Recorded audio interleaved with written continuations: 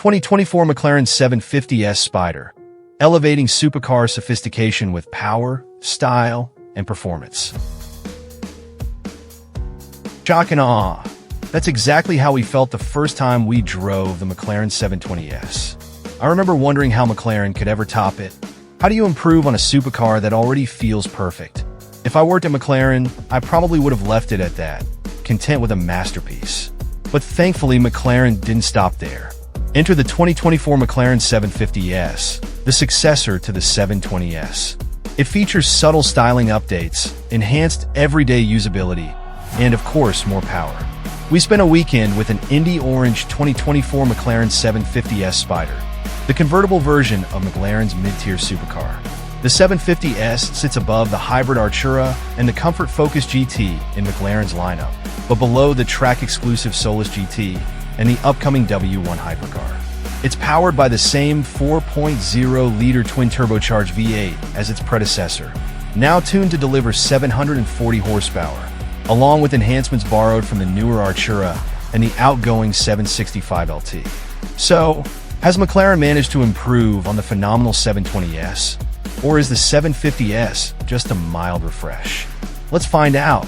It's tough to criticize a supercar's design without splitting hairs, but some choices on the 750S stand out.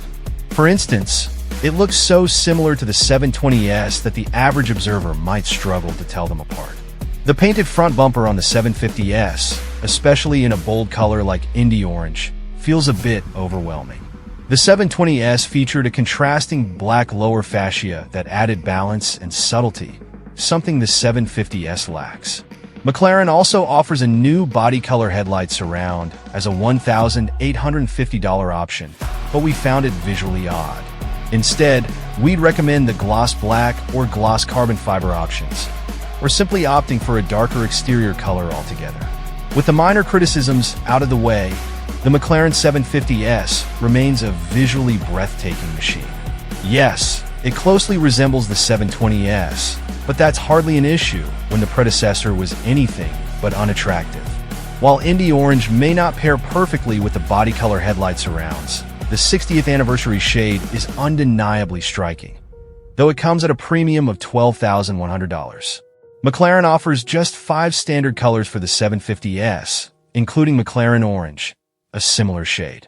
For those looking to stand out even more, there are 17 elite colors and 15 wild MSO, McLaren Special Operations, options to choose from. 3-wheel designs are available, all featuring 19-inch front and 20-inch rear sizes.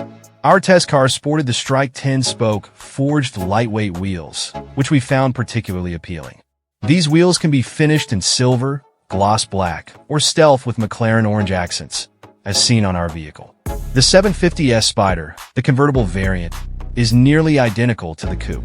Only the sharpest car enthusiasts will notice the Spider's slightly altered roofline. With the roof in place, it's difficult to tell it's a drop top. The Spider also features flying buttresses at the rear, designed with see-through elements to maintain visibility. For an extra $9,100, you can add an electrochromic glass roof, which transitions between clear and opaque at the press of a button.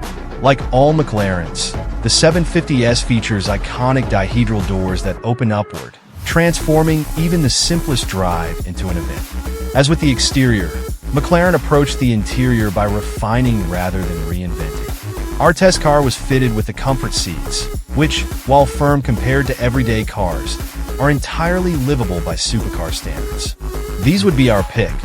But for those focused on track performance, or who don't mind sacrificing comfort, McLaren also offers carbon fiber racing seats and ultra-lightweight carbon fiber options with minimal padding. True to McLaren's driver-focused ethos, the 750S avoids clutter on the steering wheel. Unlike most modern cars, there are no buttons or controls to distract from the pure experience of driving.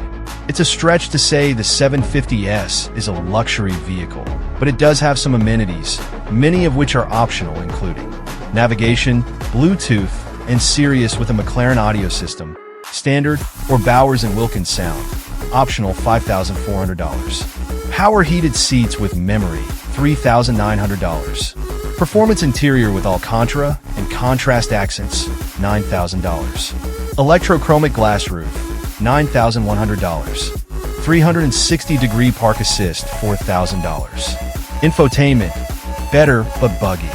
Nearly every function in the 750S is controlled via a portrait-oriented touchscreen that includes a single volume knob beneath it. This system is a massive improvement over the one in the 720S, particularly because it adds wireless Apple CarPlay. You now get all the modern tech features you could want in a new vehicle, unless you own an Android phone, in which case you are out of luck. Though this screen is snappier and easier to use, it's still laggy when the vehicle first starts, and it can sometimes take a full minute to boot up and become usable. When it is finally up to speed, touch interactions don't feel sluggish. A digital gauge cluster displays clear information to the driver with different themes depending on the drive mode, but the screen no longer folds down in James Bond style as it did in the 720S. Though you may want to listen to the glorious V8 engine behind your head, the optional Bowers & Wilkins audio is outstanding.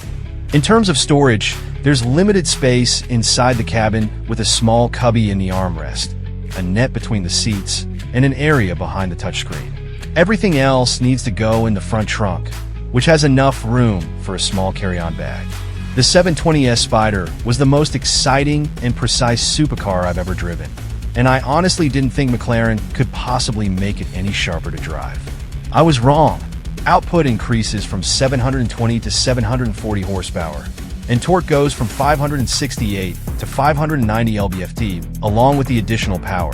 McLaren also incorporated the shorter gear ratios from the 765LT, meaning you get to interact more with the excellent 7-speed dual-clutch transmission without needing to do ballistic speeds. A revised kickdown strategy makes what was already one of our favorite transmissions feel even quicker. Gear changes are lightning quick. Swapping cogs before your brain can even compute in both automatic and manual modes. McLaren quotes a 2.7-second 0 to 60 miles per hour time for the 750S Spyder, the same time as it takes for the 750S Coupe to reach this speed. In our testing, we couldn't quite match this estimate due to a lack of grip from the Pirelli P0 tires, taking 2.98 seconds. Once the rear tires hook up, the in-gear acceleration is vision-blurringly quick. 0 to 124 miles per hour takes 7.3 seconds, just 1/10 of a second slower than the 750S Coupe. The sport's exhaust blares like a flourish of trumpets on throttle, then spits like a firecracker when you let off. As you approach the 8,500 RPM redline, the whooshing from the turbochargers starts to reach your ears, making it sound like the 750S is about to enter hyperspace. Keep your foot in it long enough, and the 750S Spyder will reach its 206 miles per hour top speed. Ride and handling. The 750S continues to evolve McLaren's proactive chassis control linked hydraulic suspension, which is now in its third iteration. This system uses hydraulic lines to connect each of the four wheels, precluding the need for anti-roll bars or overly stiff suspension. The result is ride comfort that won't leave you needing a chiropractor, combined with level handling that will shock you on a racetrack.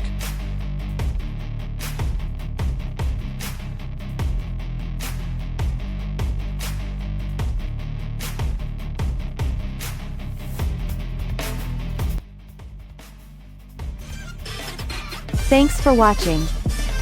Drop a like, leave a comment, and don't forget to subscribe to watch more videos like this.